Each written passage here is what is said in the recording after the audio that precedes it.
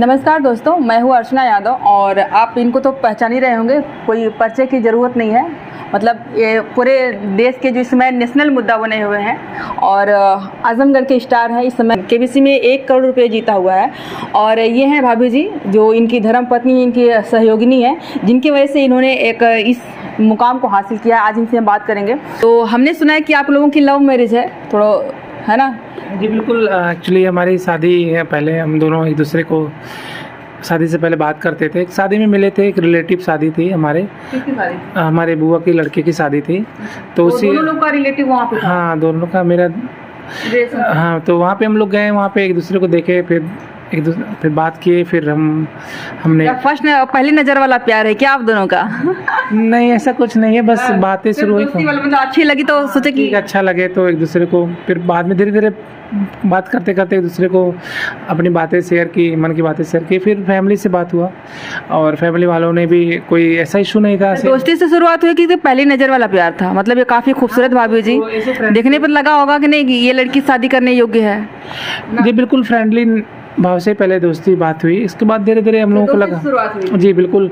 और इसके बाद ये लगा कि नहीं चलो ठीक है, ये भी मतलब पढ़ाई लिखाई कर रही थी, बीए कंप्लीट हो, इनको बीए करने जा रही थी, इंटरव्यू का एग्ज़ाम वगैरह चल रहा था उनका। और इवन मैं भी जो अभी पढ़ाई भी करने में भी जा रहा था, तो हम लोग बात किए 2-3 साल तो शादी से पहले। फिर सेम कास्ट भी थी हमारी और दूर के रिलेटिव भी थे, तो हम लोगों ने कोई दिक्कत भी बहुत ज़्यादा नहीं। घर वालों। पहली मुलाकात आप लोगों की कब हुई थी? हमारी पहली मुलाकात हुई थी 2011 में। शादी थी हमारे बुआ के लड़के की, तो वहीं पे हम लोगों ने एक दूसरे को देखा था और बातचीत वहीं से शुरू हुई थी हमारी। तो आपने केबीसी के बारे में सोचा भी नहीं था?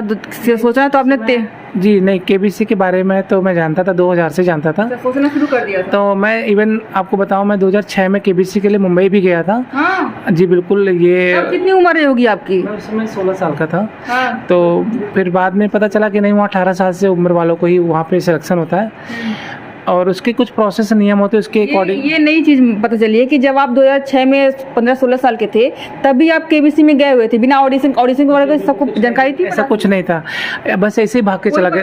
पता नहीं था। किसके साथ गए थे तब आप? मैं अकेले चला गया था, मुंबई चला गया था। तो 2 दिन ट्रेन वगैरह कैसे पकड़ी आपने? ट्रेन भटके नहीं? 16 साल का लड़का, मतलब कैसे पता चलेगा उसको कि कौन सी ट्रेन जा रही है, कैसे जाना है, किस प्लेटफॉर्म पे उतरना है, किधर से ऑटो करना है? ये सारी चीज़ें मुश्किल रही होगी? फैमिली तो काफ़ी नहीं, बस एड्रेस था, रहना चाहिए और एड्रेस आपके पास है तो सारी चीज़, अगर आप पढ़े लिखे हैं तो आपको पता चल जाएगा कौन ट्रेन कहाँ जा रही है। साल में तो कोई इतना पढ़ा लिखा नहीं होता, हाई स्कूल इंटर होता है। नहीं, मैं अपने आप को हाँ, मैं उस समय अपने आप को बहुत चीज़ें को ये सब मतलब कि कुछ पता नहीं है, न कैसे जाऊंगा, ये सब मैं फीलिंग नहीं करता। मैं मतलब ऐसा महसूस नहीं हुआ कभी। और कभी भी मैंने इवन मैं दिल्ली भी गया था, एक तैयारी थी, एग्ज़ाम देना था, तो मैं दिल्ली भी गया था। फिर उसके बाद ही मुंबई गया था। मैं लखनऊ भी, इलाहाबाद, जहाँ गया अकेले गया। इवन मुझे कोई इसका डर नहीं, बस पैसे रहते थे जेब में और मुझे क्या पकड़ना है, बस कहाँ से लेनी है, ट्रेन कहाँ से पकड़नी है, क्योंकि सब कुछ तो लिखा ही रहता है उस पर, बस पढ़ के आप एड्रेस के थ्रू चले जाइए। तो ऐसा। कहाँ तक पहुँचे थे आप 2006 में? मैं कांदिवली मुंबई में ही बगल में था, वहाँ गया था। तो फिर वहाँ पे मैंने बातचीत, घूमा, देखा, लोगों से पूछा, तो बोले कि उसके नियम बताए लोगों ने। तो मैं फिर वहाँ से 2 दिन में वापस चला गया, क्योंकि अब नियम से जाना है तो नियम के लिए तैयारी करना पड़ेगा। तो केबीसी की जानकारी मुझे 2000 से ही थी। जब वो स्टार्ट हुआ था उस समय मैं 8 या 9 में पढ़ता था, तब से मैं उसको प्रोग्राम को उस समय देखा था। लेकिन एक जब सब उद्देश्य जो बना, मकसद जो बना कि अब केबीसी में जाना, वो 2011 से मैंने कोशिश किया। जी। तो शादी आपकी लव मैरिज हुई है, 2006 से ही ये ट्राई कर रहे हैं जाने का और 2006 में भाग भी चुके थे जाने के लिए। ये काफ़ी मतलब कि अगर कहेंगे कोई लगन किसी के अंदर हो, एक कविता है, लागी लगन छूटे नहीं, चोच पंख जरी जाए, मीठा कहाँ अंगार में, जाही चकोर चबाए। वही सेम कंडीशन आपकी लगती है। अगर ये 1 करोड़ नहीं मिला होता, सेम कंडीशन है, बट मीठा मिला अंगार में। जी बिल्कुल, क्योंकि जब कोई चीज़ ये चीज़ होती है कि यार एक बहुत बड़े मॉडल बन चुके हैं युवाओं के लिए और जो पढ़ लिख रहे हैं, क्या संदेश देना चाहेंगे? जी बिल्कुल, जो हमारे छोटे बच्चे हैं जो पढ़ाई कर रहे हैं, वो या आज की वही पीढ़ी हो, युवा पीढ़ी हो, जो अपने करियर बनाना चाहते हैं किसी भी फील्ड में, बस मैं उनसे ये कहूँगा कि जो आपका मकसद है, जो उद्देश्य है, उस पर फोकस रखिए, सफलता आपको ज़रूर मिलेगी। उस पर कोशिश करिए, काम करते रहिए। उसको ब्रेक मत करिए, हौसला बना कर रखिए, एक ना एक दिन आप अपने सपने ज़रूर साकार करेंगे। आजमगढ़ महोत्सव मनाया गया था, इनको सम्मानित किया गया है, क्या हुआ था उसमें, क्या क्या सम्मान मिला हुआ था? जी बिल्कुल, पहले मुझे ये उम्मीद नहीं थी कि इतना बड़ा, मुझे जब मतलब ये तो पता ही था कि महोत्सव चल रहा है हमारे शहर में, होने वाला है, तो अचानक एक दिन एक रेमेडिया से ही है, उनका फ़ोन आता है एक दिन पहले, जिस दिन आखिरी दिन होता है 24 से 23 तारीख को, कि हमारे एडीएम साहब आपसे मिलना चाहते हैं। फ़ोन पे बात कराया और बधाई, मतलब उन्होंने मुझे बधाई दी और बोला कि हम 24 तारीख जिस दिन आखिरी दिन होगा महोत्सव का, उस दिन हम आपको सम्मानित करेंगे और आप वहाँ आइएगा। तो मैंने कहा सर मेरे लिए बहुत खुशी की बात होगी, और पहले तो ये मतलब कि हम लोगों को बुलाया कि 6 बजे आ जाइएगा, 6 बजे हम लोग पूरी फैमिली पहुंच गए, और ये फिर कार्यक्रम जो सम्मानित वाला हुआ वो करीब आखिरी में हुआ।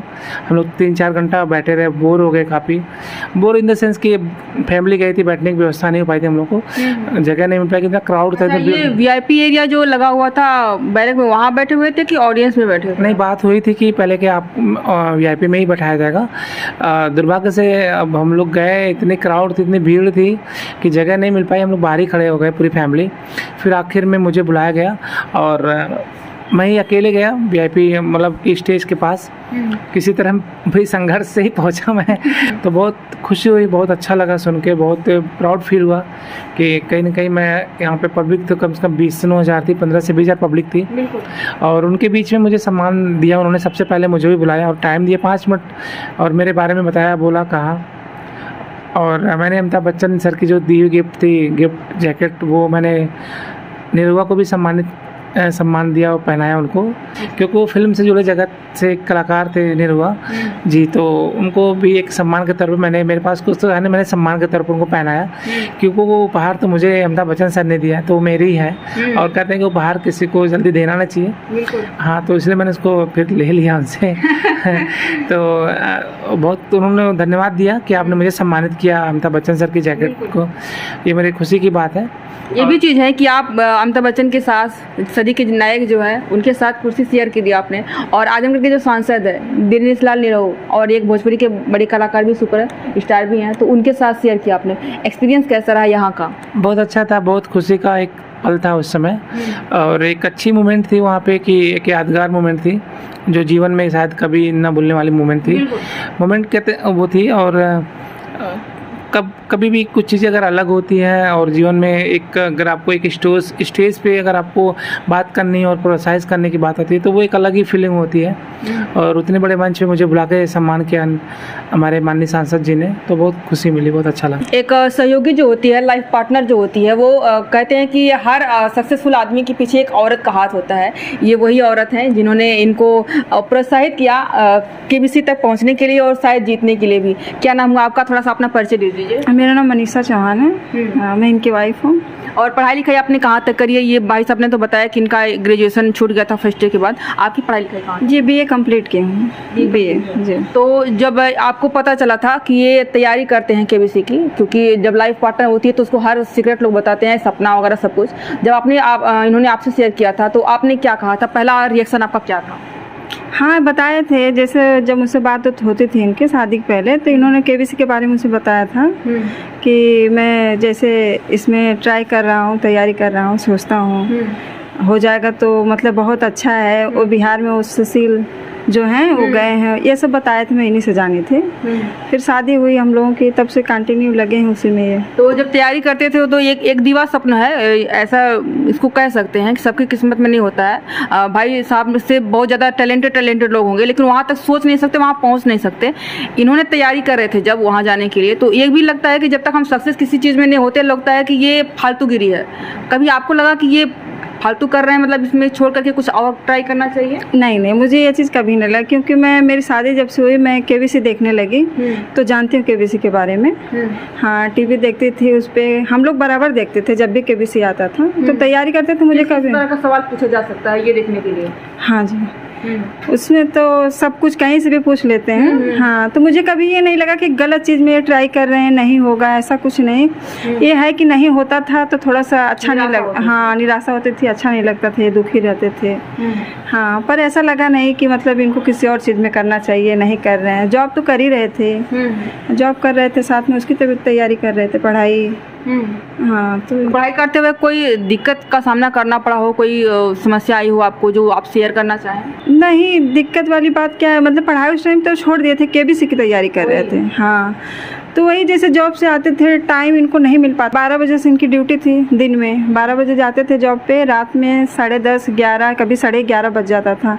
आते थे, खाना वाना खा के फिर पढ़ाई शुरू कर देते थे, पढ़ते थे रात में। हाँ, 2, 2:30 बज जाता था, 3 बज जाता था, ऐसे पढ़ाई करते। सुबह में उठ के पेपर पढ़ते थे, तो टाइम इनको जो मिलता था देते थे, ज़्यादातर पढ़ाई में ही ध्यान देते थे, क्योंकि इनको मतलब पूरा विश्वास था एक दिन मैं केबीसी के मंच पे जाऊंगा, कुछ अच्छा करूंगा। ये विश्वास ही आज रंग लाया है। जो केबीसी में आपको अमिताभ बच्चन जी कोट दिए थे, थोड़ा सा उत्सुक है उसको देखने के लिए, और दिखाइए उसको, कहाँ है वो?